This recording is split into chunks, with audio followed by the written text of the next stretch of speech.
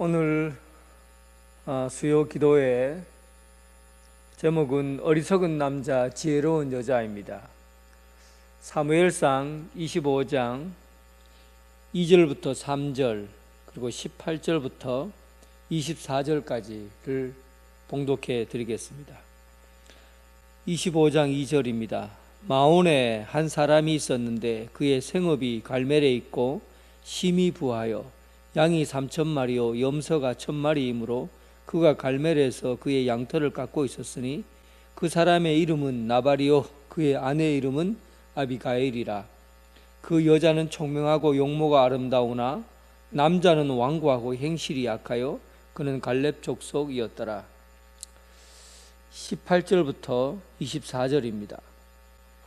아비가일이 급히 떡 200덩이와 포도주 2 가죽 부대와 잡아서 요리한 양 5마리와 볶은 곡식 5세아와 건포도 100송이와 무화과 뭉치 200개를 가져다가 나귀들에게 싣고 소년들에게 이르되 나를 앞서가라 나는 너희 뒤에 가리라 하고 그의 남편 나발에게는 말하지 아니하리라.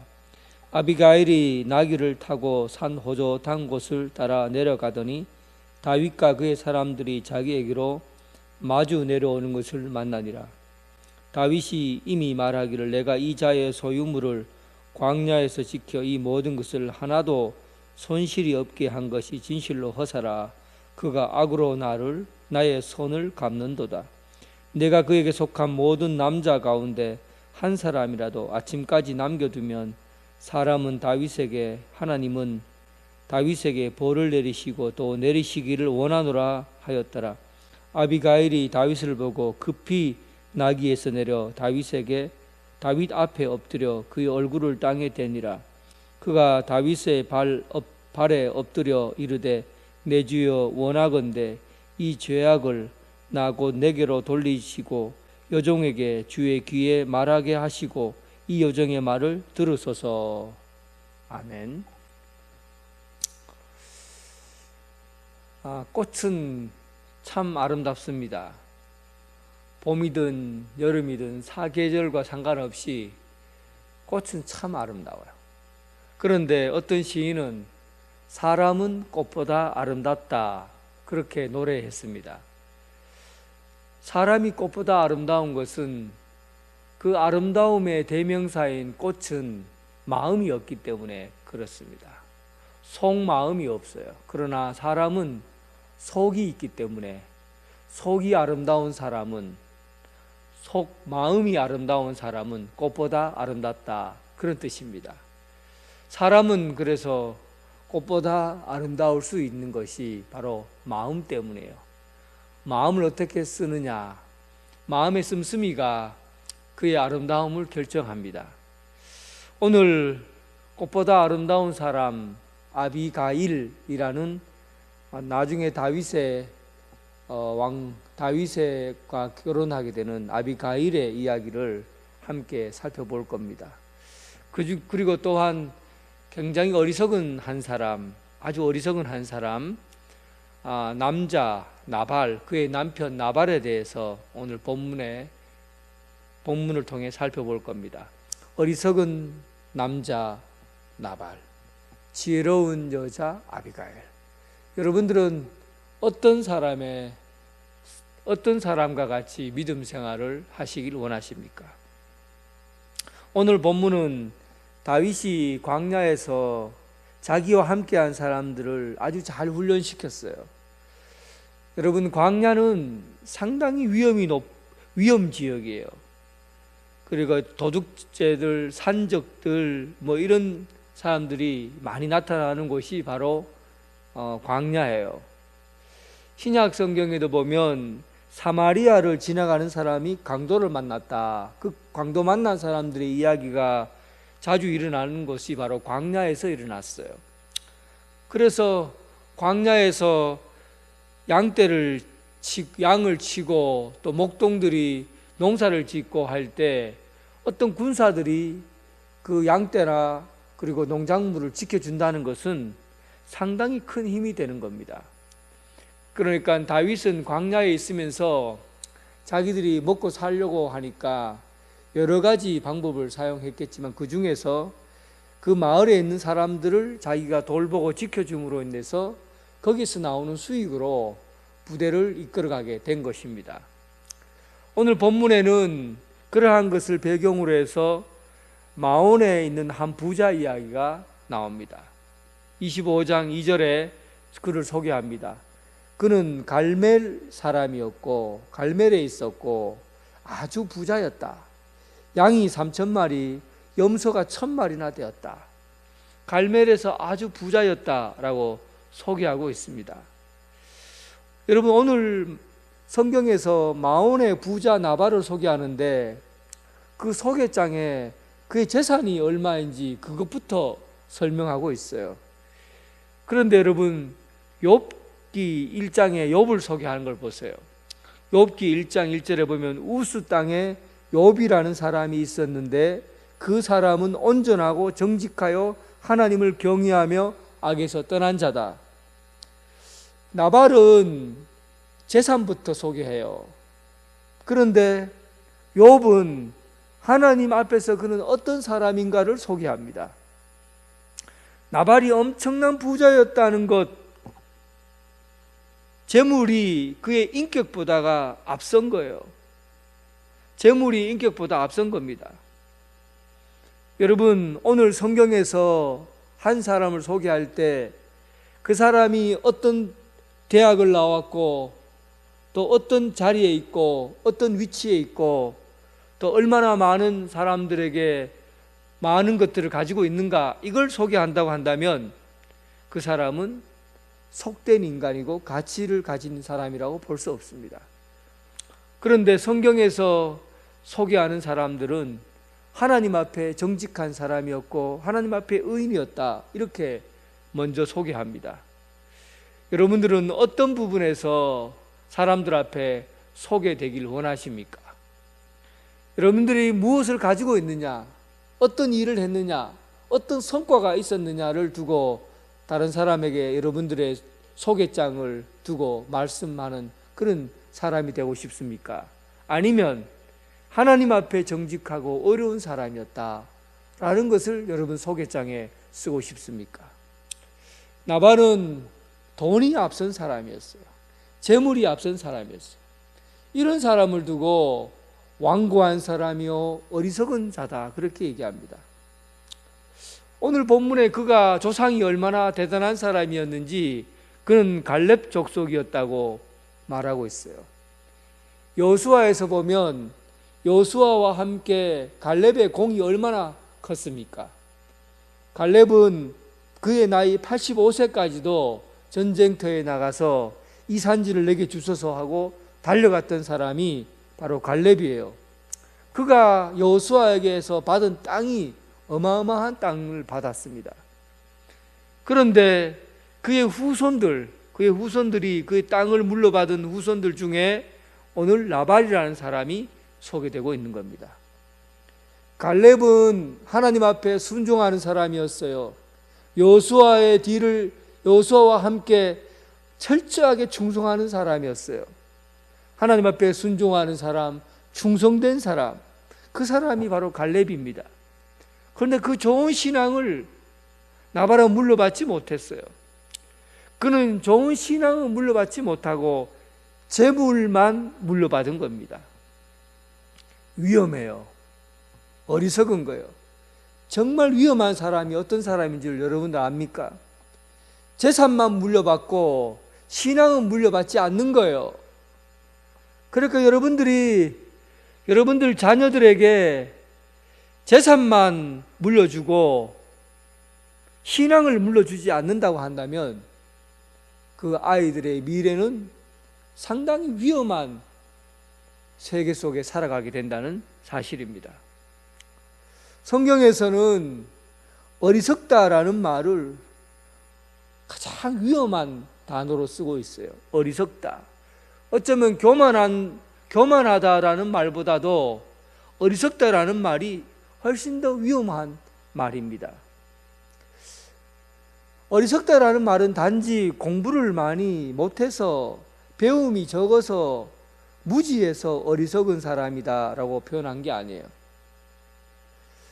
오늘 성경에서 말하는 어리석음이라는 것은 알 걸 다 아는데, 이것이 진짜 귀중한 일이고 가치 있는 것인 걸 아는데, 하나님께서 우리에게 주신 그 신앙이 얼마나 소중한가를 알면서도 하나님의 말씀에 순종하고 하나님께서 주신 그 가치대로 사는 것을 포기하고, 알면서도 물질에 관심을 두고 내 인생에 욕심 부리는데 내 인생을 투자하고, 이런 것을 무지하다, 어리석다라는 말을 쓰고 있는 겁니다. 갈렙의 후손이면 얼마나 대단해요. 충성스러운 사람이었고 순종적인 사람이었어요. 이런 복이 어디 있어요?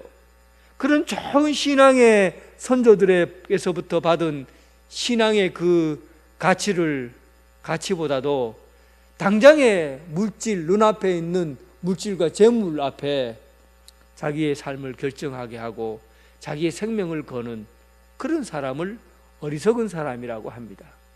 이 어리석은 나발, 오늘 구체적인 오늘 이 한 사건을 통해서 나발이 얼마나 어리석은 선택을 했는지 보여줍니다. 다윗은 광야에서 주민들을 돕기 위해서 군사들을 풀어서 양이나 소나 그리고 포도원들을 이 외부 블레셋 군인으로부터 지켜주는 그런 역할을 감당했습니다. 그러니까 사실은 다윗이 나발에게 찾아가서 한 얘기가 이런 얘기예요. 25장 6절에 보면 그 부하게 사는 자에게, 나발에게 이르기를 너는 평강하라, 내 집도 평강하라, 내 소유의 모든 것도 평강하라. 그러니까 나발이 가지고 있는 이 재산을 이 다윗이 편안하도록 안전하도록 지켜줬다는 그런 얘기입니다. 그리고 특별히 축제 기간이 되었어요. 양털 깎는 기간, 축제의 날이에요. 밀농사, 밀을 수확하는 기간, 축제의 기간이에요. 마찬가지로 양털을 깎고 양을 잡고 하는 축제의 기간이 오늘 여기에 이르렀던 겁니다. 그때 이런 음식을 나눠 먹고 즐거워하고 축하하는 그런 축제 자리에서 군사를 거느리고 다윗이 때마침 나타나는 것이요. 그리고 최대한 다윗이 겸손하게 내가 나발 당신의 양떼를 지켜준 대가로 우리들에게 먹을 것을 좀 적용해 주라라고 요구했던 겁니다. 나발은 다윗의 군사가 자신의 재물들을 지켜줬다는 것을 알았지만 그는 다윗을 무시했어요. 주인도 모르고 주인을 물려하는 그런 다윗, 내가 너에게 해줄 것이 없다 하고는 자기 욕심에 눈이 멀어서 다윗의 보호를 거절했던 것이죠. 그리고 다윗의 자기에게 베푼 은혜를 조금도 생각하지 않고 자기 욕심만 채우려고, 그리고는 다윗에게 오히려 주인을 물려고 한다. 그리고는 자기 욕심을 채우려고, 그리고 아무것도 너에게는 해주지 않겠다라고 돌아선 겁니다. 오늘 본문에는 다윗이 그 나발의 행위를 못마땅히 여겼어요. 그리고는 그 집안에 있는 모든 남자라는 사람은 내가 다 죽여버리겠다, 그렇게 선언하게 되었습니다. 이제는 나발이 큰 어려움에 처하게 된 것이죠. 나발이 어리석다라는 것은 결정적으로 은혜를 받은 사람이 그 은혜를 무시하는 거예요.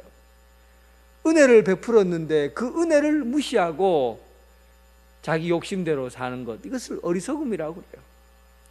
마치 우리가 하나님 앞에 큰 사랑과 은혜를 받고서 하나님 앞에 감사하지 않고 사는 것과 마찬가지입니다. 이것을 어리석음이라 그래요. 하나님께서 우리에게 베푸신 십자가의 사랑을 생각하면 우리는 무엇으로 하나님께 은혜를 갚겠습니까? 그럼에도 불구하고 현실에서 내 몸에 부딪히는 조그만한 일 하나, 조그마한 사건 하나 때문에 하나님 앞에 불평하고 원망하고, 이거 은혜를 모르는 거예요. 하나님께서 우리에게 베푸신 그 크신 사랑을 생각하면 내게 있는 것들은 아무것도 아닌 것이죠. 이것은 은혜를 하나님 아는 거예요. 그런데 나발은 다윗이 온 군사를 풀어서 자기의 재산을 지켜주었던 것, 이런 것을 다 무시한, 그 은혜를 무시한 나발에게 내가 너를 이제는 너희 집안에 있는 모든 식구들을 다 멸하겠다라고 선포한 겁니다. 사랑하는 성도 여러분, 남자 나발, 어리석은 남자예요. 어리석다는 것은 성경에서 가장 위험한 말입니다. 특히 하나님의 은혜를 받은 사람, 하나님의 은혜를 받은 백성이 은혜 가운데 살아야 되는데 은혜를 무시하고 자기 욕심에 이끌려가는 사람, 위험한 사람이에요. 무지한 사람이에요. 여러분, 하나님의 은혜를 깊이 생각하시기 바랍니다. 하나님께서 받은 은혜가 우리의 삶을 주장해 간다는 사실을 기억하시기 바랍니다. 다윗이 그의 부하들을 데리고 나발을 치기 위해서 군사를 데리고 달려갔습니다. 이때 그의 일어난 이야기들을 미리 알아들은 나발의 아내 아비가일이 등장합니다. 아비가일은 큰일 났다, 이제 우리가 다 죽게 되었다는 사실을 직감하고 급하게 떡 200덩이와 포도주 2가죽 부대와 잡아서 요리한 양 5마리, 잡아서 요리했다는 것은 먹을 입에 쏙 먹기 좋을 만큼 그런 음식을 얘기합니다. 볶은 고식 5새와 건포도 100송이, 무화과 뭉치 200개. 군인들에게 있어서 이동하면서 먹을 수 있는 음식들로 철저하게 군인들의 입장에 맞추어서 음식을 다 준비를 한 것이죠. 지혜라는 것은, 이 아비가일이 지혜롭다는 것은요, 무슨 일이 있을 때 상대방이 무엇을 필요로 하는가를 알고 행동하는 겁니다.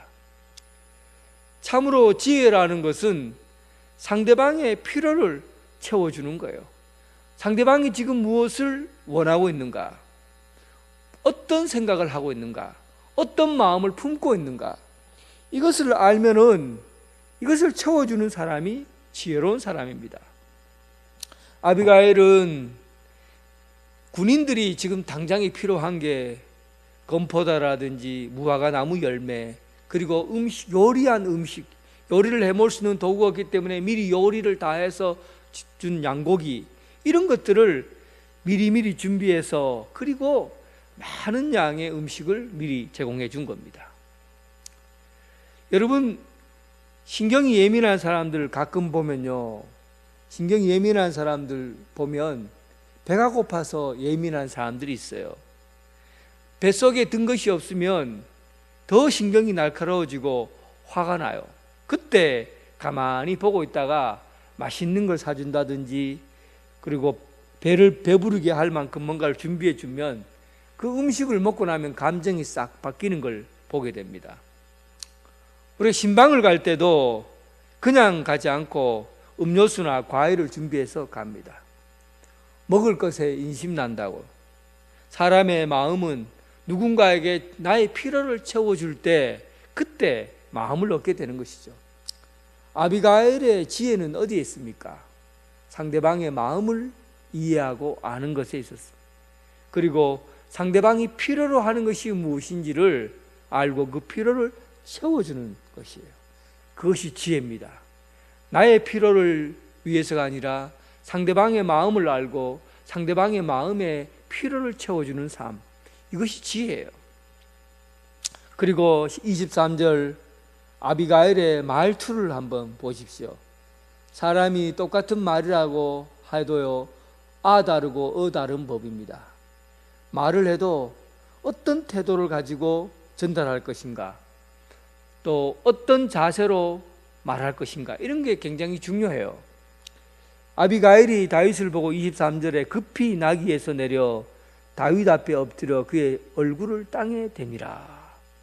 그리고 내 주여 원하건대 이 죄악을 나 곧 내게로 돌리시고 여종의 길을 주의 귀에 말하게 하시고 이 여종의 말을 들으소서.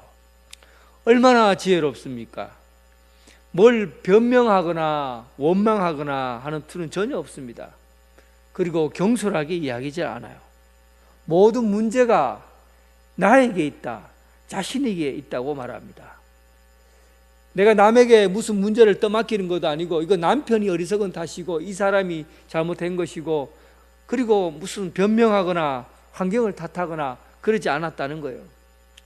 정말 지혜로운 사람은 먼저 자기 자신을 낮추고 자기 죄를 남에게 돌리지 않고 먼저 자기 자신을 낮추어서 그리고 자기 자신이 어리석었다고 말하는 사람, 자기의 책임으로 돌리는 사람, 내가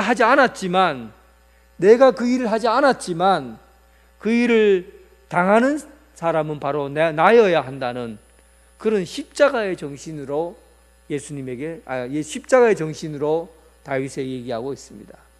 예수님께서 잘못한 것이 없었잖아요. 예수님께서 죄를 짓지 않았잖아요. 그런데 예수님은 십자가를 대신 지고 못 박히고 찔리고 아파했습니다. 내가 하지 않았지만 대신 그렇게 내가 했다고 말하는 거예요. 아비가일이 모든 것이 자기 때문에 일어난 일이라고 다윗에게 용서를 빌었던 겁니다. 이 여인이 지혜로운 여인이에요. 다윗이 화가 나서 지금 당장에 달려가서 그의 가족들을 다 몰살해 보려고 했던 그의 마음이 아비가일의 지혜로 그의 마음이 풀어지기 시작한 겁니다. 먼저는 군인들의 필요를 채우기 위해서 음식을 제공하고 그리고는 내가 잘못했어요. 내가 잘못했습니다. 모든 문제의 원인이 나에게 있다고 말하는 그런 자세. 그의 마음의 문을 열게 했고 다윗의 마음을 풀어지게 했던 겁니다. 결정적으로 29절에 보면 이 아비가일이 얼마나 현명한 여인인가가 드러납니다. 생명은 물매로 던지듯이 여호와께서 그것을 더니라. 이것은 다윗의 오늘 29절 말씀, 사람이 일어나서 내 주를 쫓아 내 주의 생명을 찾을지라도 내 주의 생명은 내 주의 하나님 여호와와 함께 생명싸개 속에 쌓였을 것이요 내 주의 원수들의 생명은 물매로 던지듯 여호와께서 그것을 던지시리라. 여러분, 이 여인이 어떻게 다윗에 대해서 알았을까요? 다윗에 대해서 관심을 꾸준히 갖고 있었던 사람이에요. 물맷돌을 던져서 골리앗을 쳐 부수었다라는 이 사건을, 지금 십수년이 지난 이 사건을 아직까지도 기억하고 있었던 겁니다. 그래서 물맷돌을 던져서 적을 물리쳤습니다. 당신은 그런 사람입니다 라고 얘기했을 때 그는 다윗이 어떤 사람인지를 이미 알고 있었다는 것이에요. 앞으로 그가 어떤 사람으로 자리하게 될 것인가도 그는 알고 있었습니다. 30절 보시면 여호와께서 내 주에 대하여 하신 말씀대로 모든 선을 내 주에게 행하사 내 주를 이스라엘 지도자로 세우실 때 이 아비가일은 다윗에 대해서 관심을 가지고 있었고 다윗이 장차 올 나라의 왕이 될 것이다, 사울 이후에 왕이 될 것이라는 사실을 아비가일은 예감했던 겁니다. 지혜로운 여인은 사람의 일이 아니라 하나님의 일을 보는 사람이 지혜로운 사람입니다. 사람의 일들 속에서도 하나님의 일을 보는 능력, 이게 지혜로운 사람이에요. 여러분, 여리고성에서 유일하게 살아남은 여인이 바로 기생 라합입니다. 그 여리고성 안에 있는 사람들이 전부 다 죽었는데 기생 라합의 가족만이 살았어요. 어떻게 이런 일이 있었습니까? 다른 사람들은 40년 동안 광야 생활에서 하나님께서 어떻게 역사하시고 일하셨던가에 대해서 그 소문은 들었지만 그런 하나님을 보지 못했어요. 하나님께서 이 세상을 구원을 베푸시는 하나님이라는 사실을 라합은 알았지만 다른 사람들은 몰랐습니다. 하나님에 대한 관심, 하나님이 이 역사 가운데서 어떻게 세워가고 이끌어 가신가에 대한 하나님께서 이 세상을 이끌어가는 그 하나님의 손길을 보는 눈, 이것을 영적인 눈이라고 그래요. 영안이 밝았다고 그래요. 당장에 눈앞에 있는 일 때문에 일희일비하는 것이 아니라 당장에 눈앞에 있는 일들 때문에 두려워하고 무서워하고 겁내는 것이 아니라 그 속에서 역사하시는 하나님의 손길을 볼 수 있는 눈, 이것이 바로 라합의 눈이요 아비가일의 눈입니다.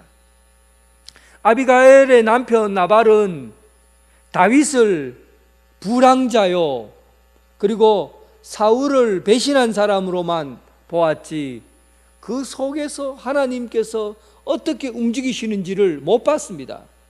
그래서 나발을 어리석은 사람이라고 하고, 뿐만 아니라 하나님께서 다윗을 통해서 역사하시는 그 모습을 본 이 아비가일은 지혜로운 여인이라고 말합니다. 사랑하는 성도 여러분, 여러분들은 어떤 사람으로 이 세상을 살기를 원하십니까? 모든 가치를 재물에 두고, 모든 가치를 자기 욕심에 두고, 모든 것이 자기 뜻대로 원하는 대로 살아야 된다는 가치를 두고 살아간 어리석은 부자 나발처럼 여러분 살겠습니까? 아니면 사람의 마음을 인정하고 겸손한 태도로 내가 다른 사람보다 더 낮아지고, 그리고 상대방의 필요가 무엇인지를 알고 채워주려고 하고, 모든 일정 가운데서 하나님이 살아계신다는 것을 알고 하나님의 손길을 따라서 살아가는 그런 아비가일과 같은 여인으로 살아가겠습니까? 오늘 여러분 인생의 가장 지혜로운 선택, 지혜로운 여인 아비가일처럼 모든 것에서 하나님의 일을 보는 예언자적 눈을 갖고 살아가는 아비가일과 같은 그런 사람으로 살아갈 수 있는 성도가 되길 주님의 이름으로 축원합니다. 기도하겠습니다.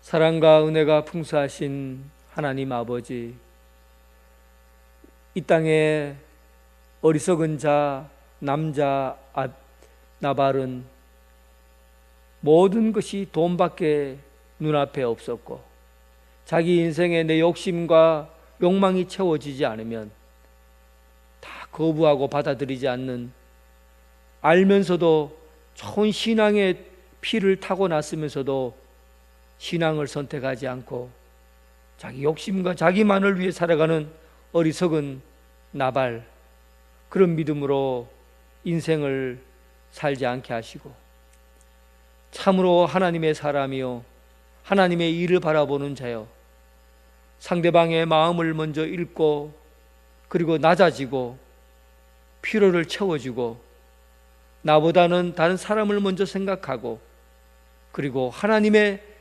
뜻이 있는 곳이라면 자신의 생명을 걸 수 있는 그런 여인, 지혜로운 여인 아비가일처럼 그렇게 믿음을 결단하며 살아가게 하여 주옵소서. 오늘 우리 주변에 일어나는 이러한 삶의 현실들을 오직 하나님의 손길이 어디에 있는지를 살펴보고 하나님 중심으로 이 세상을 살아가게 하여 주옵소서. 예수님 이름으로 기도드립니다. 아멘.